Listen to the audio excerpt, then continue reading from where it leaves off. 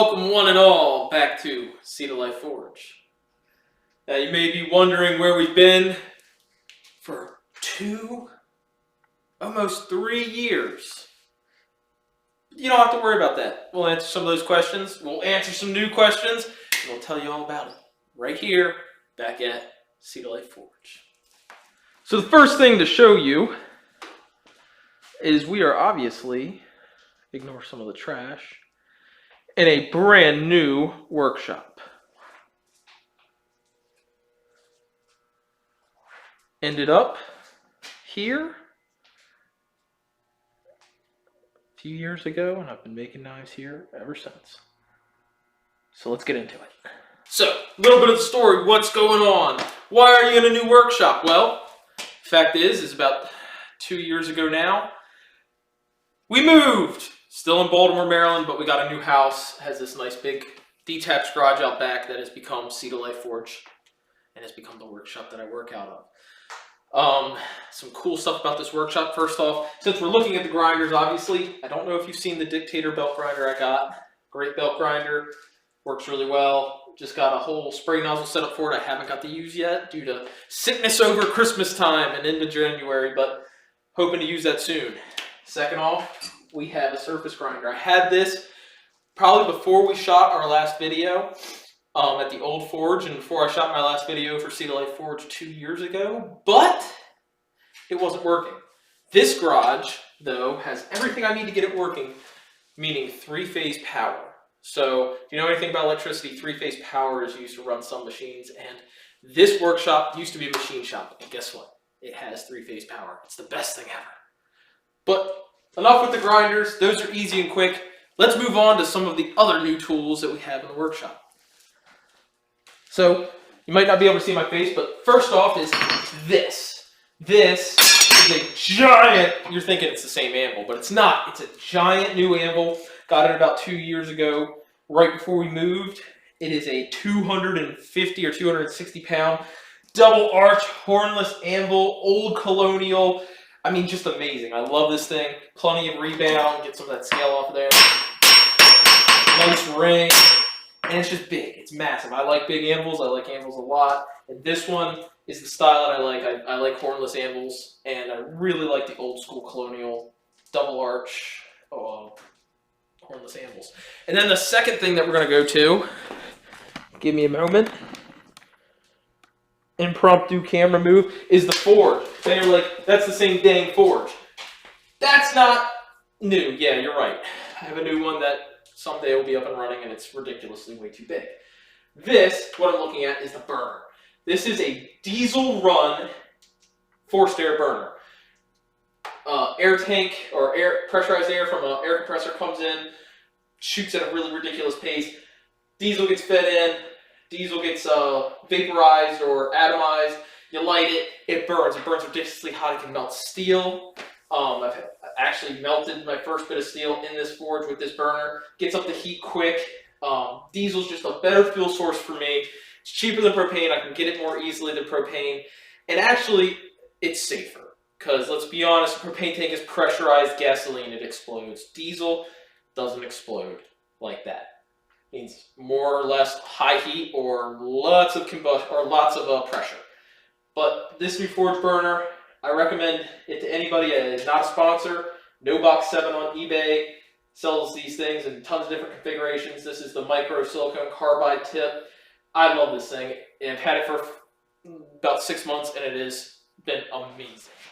Now what we have right here is the same old press. Just a quick rundown. Old log splitter, 26 tons. Great press. Going to be doing some die upgrading soon and doing some stuff to make the dies a little bit better for me. But other than that, this thing has served me great. Does great work. And I really love it. It's a great little press. And ain't getting rid of it anytime soon. So good old Pressy is still here and still working its butt off for me. Kind of the last thing, because we still have the same buffer, same workbenches, all that. Nothing super new. I mean, a new Dremel at points. But another kind of new thing, and what I really like is that's opened up the workshop, is I put this back to an old tool bench up. And I can hang my grinding stuff here and everything. It's just a nice backdrop. But yeah, that is our tools. That's some of the new stuff that's come in here. some of the cool stuff we're working with at Sea to Life Forge to keep making our knives. And that's really, I mean, that's what I've been doing. I've still been making knives. Not as many or as fast as I would like to, but I've still been making knives. And that's the first thing I want to convey to you. Don't think just because I stopped making YouTube videos, I stopped making knives. But in this coming year, I'm going to be having a brand new website up very shortly. You can put in knife orders there for some of my models that I've been working on for the last few years, just knives that I've come to really like to make and really like the design of, and for just complete custom orders. You can do any of that there, and it'll be up probably within the next week or two with the overall website being done, and I will share a link to it in the video that we announced that it's up and running in. But let's move on. Let's show you some more of the workshop. So you're going to get a long shot over here. I know I'm a little far away, but same workbench. We still have all the same tools. My Dremel hangs up here. Right over here, let me show you. Right over here, what's nice about this garage, it has a heater for the garage. So when I'm not forging and I'm coming out to grind blades, turn that puppy on, let it sit for about 30 minutes. Heat. Warm, because this workshop gets cold. It's the dead of January right now. It's about 20 degrees outside. I came out here and turned this thing on for a while and had the forge running to do some stuff before I started shooting this video. And all I gotta say is, this thing got it nice and toasty in here, and then I turned on the forge, turn this thing off, because that forge burns ridiculously hot. It sounds like a freaking jet engine going off. I mean, you think a propane forge is loud, that forge is loud. But this one I like, because when I just need to come out here, I come out when I get home from work or something, and I'm going to come work, turn it on, go inside, sit for 20, 30 minutes. Garage is heated up. And then kind of the final place. Got my cool picture called the Smithy hanging up. It's a imprint or something like that. I have my Sea to Life Forge thing over here on the door. Just something kind of cool. And our welding setup. I have a plate from when I built my big forge that I still don't have up and running. That's what we were talking about earlier. And I'm able to I put it down on this table. I have a nice little like welding area, welding table. But yeah, that is Sea to Life Forge right now. And I mean, there's so much more to it that you'll get to see in videos where I start doing a process and showing you something, and you'll be like, oh, hey, look, I didn't know you had that, or I didn't see that before. But to go through everything I have would take hours upon hours. But that's a good rundown of what Sea to Life Forge is now. Where we're at. We're at our own place, a house me and my wife own, and a garage that is wonderful, has 3-phase power, and has plenty more room for me to bring in more tools. I just have to move some of the junk out of the way, like my collection of toolboxes. But let's take a seat, and let's do about a 2-3 minute talk. Let's talk about what we're going to do with the YouTube channel going forward. So, quick backstory. Why did we stop shooting YouTube videos? Well, this move was kind of spur of the moment, and when we did it, I damaged my old camera, and I haven't had a camera, and I haven't really had time. Me and my wife moved. We also had our first child, little Dakota, and she is a wonderful little girl. And so YouTube videos kind of got on the back burner because knife making hasn't been as steady, per se, for me out here in the shop as it once was. But that's okay. We're aiming to change that. I'm aiming to change that. And I think that's a big deal. I want to get back to making YouTube videos, doing just really cool projects. I mean, my skills have changed so much in the last few years since you guys last saw me on YouTube. I think I had just gone on Forge and Fire. My Forge and Fire video had just been or Forge and Fire episode had just come up when we shot our last video. And, you know, Forge and Fire was fun, but here's my honest advice. If you want to go on Forge and Fire, don't go to get business or anything else. You can. Maybe I just didn't play my cards right with it. That's fine by me. I don't care either way. I enjoy making knives. But Forge and Fire for me was about a smith, me, who went on a show, didn't really have personal connections face-to-face with other smiths, and it has opened that up to me tremendously. And that's been more valuable than making it to where I have a full-time knife business or anything else, because that can come with anything. There's plenty of guys who make full-time knives and run on Forge and Fire. But past that, so now you know why we really haven't been filming. And the reason I want to get back into it, I love making content. Might not get any views, but I love doing it. I love showing people what I make. And I'm hoping with this new camera, we're going to be able to shoot in 1080p, a little bit better quality, and we'll just get to show you guys some really cool projects that we get to take on, or I get to take on here in the Forge. I've got some ideas for some cool swords and stuff like that we're going to go ahead and build, and you'll get to follow along with the process. You'll be a part of it, and that's what I'm going to like, is showing people and bringing people in to what I do and making them a part of my craft. On top of that, with the videos, what I would like to try to start doing is doing like a Tuesday or a Thursday. We probably will switch the day every other week and just do like a tool video or a tip video, or we can call it a tip video, but something that's like, hey, I'm learning how to do this. This is what I know about it, kind of thing. And maybe even do like, hey, blade designs. We can go into historical blade designs. We can go into blade designs other people make, blade designs I make, stuff like that. And we can go into that and we can break it down in a video, and people can get a better understanding of what goes into making custom knives. Because I'm not the only guy that makes these things. I mean, there's different processes for everybody, but in the end, we're all making custom knives with different ideas. So I think that'll be a fun thing to do every week. Like I said, I think we're going to do Tuesdays one week, Thursdays the next week, stuff like that. The heater just kicked on. Give me a sec.